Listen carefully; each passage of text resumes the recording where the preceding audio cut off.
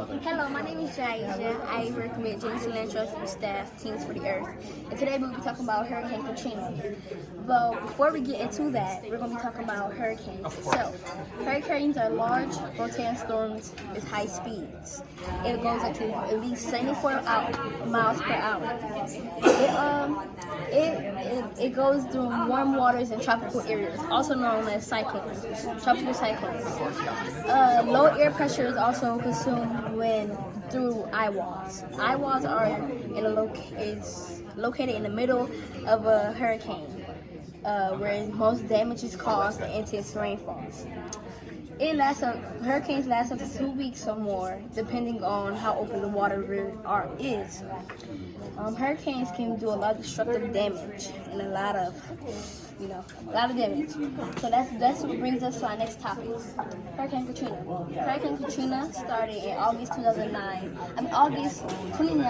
of 2005. It was one of the greatest ones that struck the U.S. It formed from a previous tropical depression. Katrina was the 11th tropical storm of 2005 hurricane season. It lasted up until August 31st of 2005. It caused up to 1,200 deaths, and the property damage and all that cost up to $108 billion. Health issues, environmental issues, it caused a total of oil spills, storm debris, and widespread mold. So it caused a lot of major health issues in places. We don't have hurricanes here in the Rochester area, but I'm curious if there's anything that you feel we could learn from Katrina or from hurricanes in terms of like how Rochester might respond to natural disasters. So Rochester, it don't have hurricanes. But it do have the aftermath, like heavy winds or rainstorms or even flooding. So sometimes you gotta be prepared for that.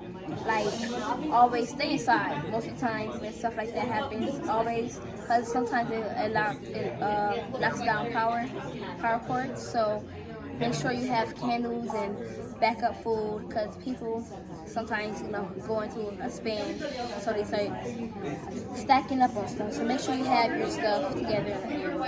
If we ever have, and then other stuff, we do have floods sometimes when it comes to hurricanes and other places. So make sure you have an evacuate a plan.